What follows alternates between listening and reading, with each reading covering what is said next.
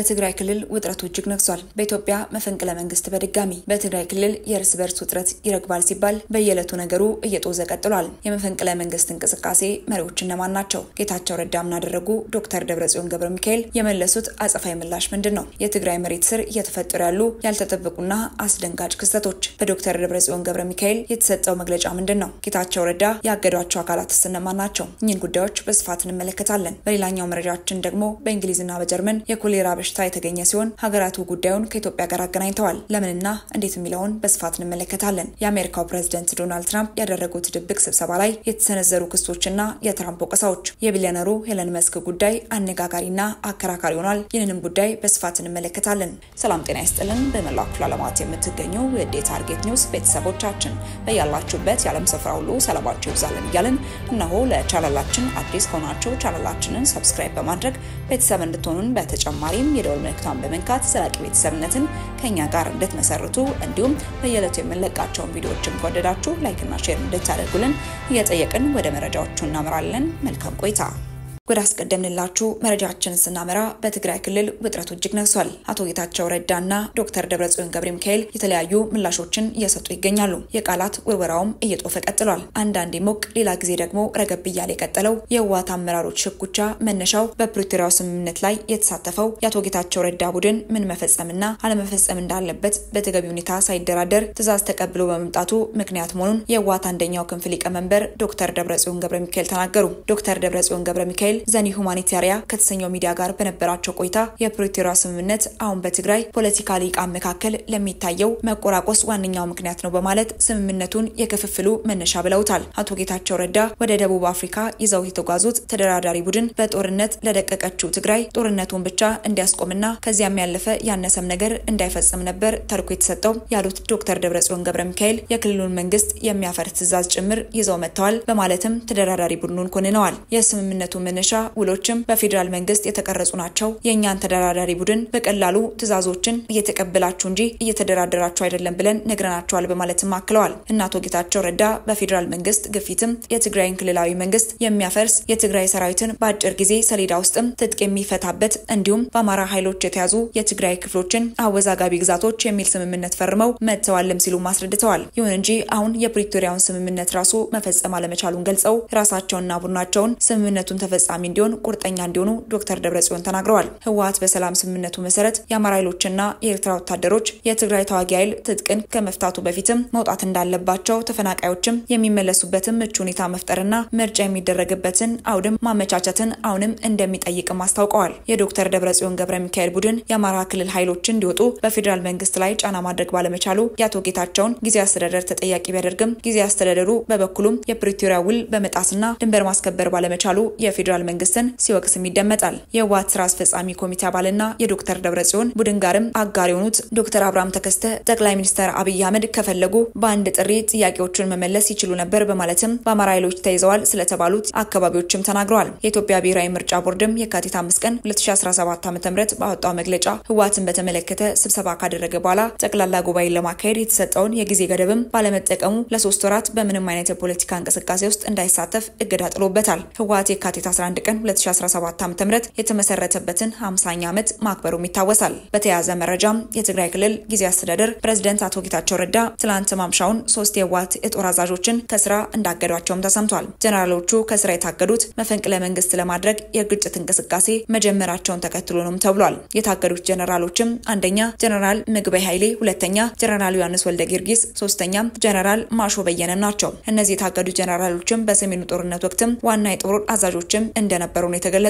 ታዲያ በዚህ ጉዳይ በትግራይ ውጥረቱ አሁንም ድረስ ቀጥሏል።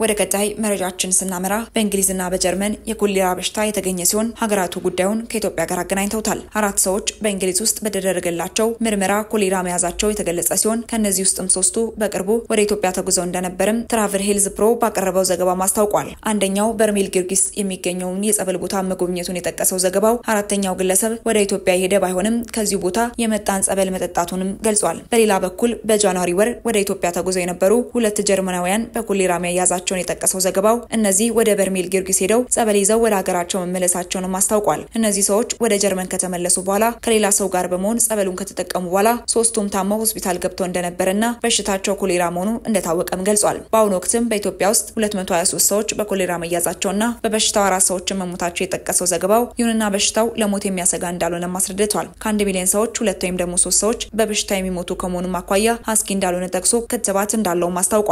ኮሌራ ወዳለበት ሀገርም ሄደው የሚመለሱ ሰዎችም ድርቀትና ማስመለስ፣ ቶሎ ወሃ የመጠማትና ጠንካራ የሰገራ ሽታ ካጋጠማቸው ወደ ሕክምና ባለሙያ በሚሄዱበት ወቅትም የጎበኙትን ሀገር እንዲናገሩ ማሳሰቢያም ሰጥቷል። ይህ በእንዲህ እንዳለ በኢትዮጵያ ውስጥ በተለይም በአማራ ክልል የኮሌራ ወረርሽኝ መከሰቱን የዓለም ጤና ድርጅት ባለፈው ወር ላይ ማስታወቅ የሚታወስ ነው። ወደ መጨረሻው መረጃችን ስናመራ የአሜሪካው ፕሬዝዳንት ዶናልድ ትራምፕ ሚኒስትሮቻቸውን ሰብስበው በአገሪቱ ውስጥና በመላው ዓለም እያነጋገረ ባለው በኤለን መስክና የመንግስት ወጪን እንዲሁም ሰራተኞችን ለመቀነስ በወሰደው እርምጃ ላይ ተወያይተዋል። የአሜሪካ መገናኛ ብዙሃን እንደዘገቡት ውይይቱ የሞቀ እንደነበርም አመላክተዋል። ኒውዮርክ ታይምስ እንደዘገበው በስብሰባው ላይ መስክ የውጭ ጉዳይ ሚኒስተር ማርኮ ሩቢዮ በስቴት ዲፓርትመንት ውስጥም የሚጠበቀውን ያህል ሰራተኞችን አልቀነሱም በማለትም ከሰዋቸዋል። እንደ ጋዜጣው ከሆነም ባለሀብቱ መስክም የአሜሪካ ዋነኛ ዲፕሎማት ሩቢዮ ያከናወናቸውን ስራዎች በመተውም ቴሌቪዥን ላይ ጥሩ እንደሆኑ በመጥቀስም ተችቷቸዋል። በተጨማሪም ቢሊዮነሩ ከትራንስፖርት ሚኒስተር ሾን ደፊ ጋር ውዝግብ ውስጥም ገብቶ ነበር። ሚኒስተሩ በመስክ የሚመራውን የመንግስት ተቋም ብቃትን የሚቆጣጠረው መስሪያ ቤት ዶጅ የአየር በረራ ተቆጣጣሪዎችን ለመቀነስ መሞከሩንም በማንሳትም ተወዛግበዋል። በአሜሪካ ፌዴራል የአቪዬሽን አስተዳደር ስር ያሉ የአየር ትራፊክ ተቆጣጣሪ ባለሙያዎችን እጥረት እንዳለ የተነገረ ሲሆን የትራንስፖርት ሚኒስተር መስሪያ ቤቱም ትራምፕ ስልጣን ከተረከቡ በኋላ 2 አውሮፕላኖች በመከስከሳቸውም ምርመራ እየተደረገባቸው ይገኛል። በስብሰባው ላይ በከፍተኛ ባለስልጣኖቻቸው መካከል የነበረው ውዝግብ ከሰሙ በኋላ ሪፐብሊካኑ ፕሬዝዳንት ትራምፕ ጣልቃ በመግባት በመስክ የሚመራው መስሪያ ቤትም የሚያከናውነውን እንደሚደግፉ፣ ነገር ግን ሚኒስትሮቹ ስራውን እንዲመሩ የመስክ መስሪያ ቤት ደግሞ እንዲያማክርም አዘዋል። የአሜሪካ የውጭ ጉዳይ መስሪያ ቤትም ቃል አቀባይ የካቢኔ ስብሰባው የማርኮ ሩቢዮ ግልጽና ውጤታማ ውይይት የተካሄደበት እንደነበርም ለኒውዮርክ ታይምስ ተናግረዋል። ነገር ግን የፕሬዝዳንቱ ጽህፈት ቤት ከቢቢሲ ለቀረበለት ጥያቄ ምላሽን አልሰጠም። በችኮላ በተዘጋጀው ስብሰባ ላይ ፕሬዝዳንቱ የመስክ መስሪያ ቤት በማማከር እንዲገደም ማድረጋቸው በአስተዳደራቸው የመጀመሪያዎቹ ሳምንታት የስፔክስ እና የቴላስ ባለቤት እንዲያስፈጽም የሰጡትን የመንግስት ወጪ ቅነሳ ስልጣን ለመገደብ መወሰናቸውን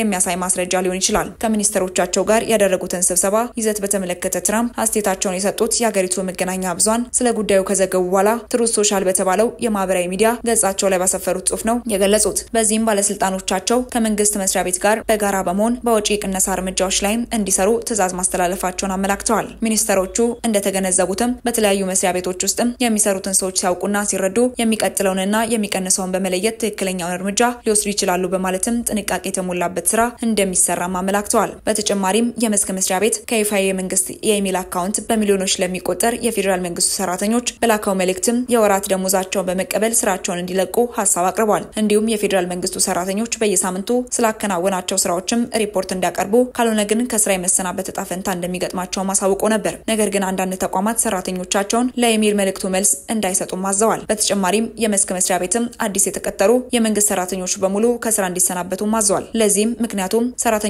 በቅጥር የሙከራ ጊዜ ላይ ስለሚሆኑ ሙሉ የሲቪል ሰርቪስ መብት ስለማይኖራቸው ነው። የአሜሪካ ኒውክሌር ጦር መሳሪያ ደህንነት ተቆጣጣሪን የመሳሰሉ አንዳንድ የመንግስት ተቋማት ግን ሰራተኞቻቸው አስፈላጊ መሆናቸውን በመግለጽ ትዕዛዙን ውድቅ አድርገውታል። ትራምፕ ከሚኒስትሮቻቸው ጋር ነበራቸው እናም የተጋጋለ ምልልስ ስለተካሄደበት ስብሰባ አርብ ዕለትም በጽህፈት ቤታቸው ከጋዜጠኞች ለቀረበላቸው ጥያቄ በሰጡት ምላሽም ውዝግብ አልነበረም ብለዋል። ጨምረውም ለማርኮ ሩቢዮ ለኤለን መስክም አድናቆታቸውን ገልጸዋል። ነገር ግን ሐሙስ ዕለት በማህበራዊ ሚዲያ ገጻቸው ላይ ባሰፈሩት ጽሑፍ ላይ ለሚኒስትሮቻቸው ተጨማሪ ስልጣንን በመስጠት የመስክን ጫና ገለል እያደረጉ መሆናቸውን የሚያመላክት ነው እየተባለም ይገኛል። እንዲሁም የእርምጃቸው ከካቢኔ አባሎቻቸው በተለይም የሴኔት ምርመራና ይሁንታን ሳያገኝ ከፍ ያለ ስልጣን እንዲኖረው ባደረጉት ኤለን መስክ ምክንያትም ሊገጥማቸው ከሚችለው የህጋዊነት ጥያቄ ራሳቸውን ለመከላከል የፈጠሩት ዘዴ ሊሆን ይችላልም እየተባለ ነው። ይህንን ጉዳይ እየተከታተሉት ያሉት በርካታ የፌዴራል ዳኞችም ከወዲሁ በኤለን መስክ ስልጣን ላይ ያላቸውን ስጋት እየገለጹ ይገኛሉ። መስክና ትራምፕ በአሁኑ ጊዜ በዓለም ላይ ወሳኝ አጋርነትን ፈጥረዋል።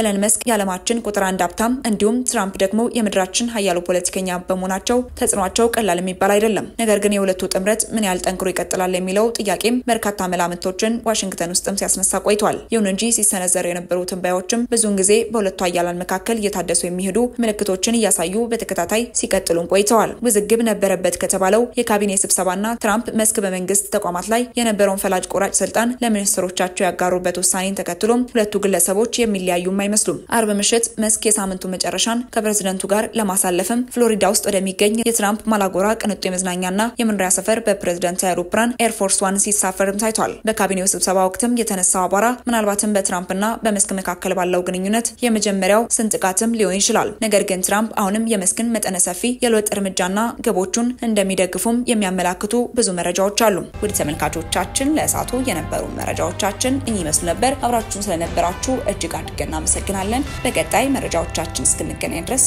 ቸር ቆዩልን።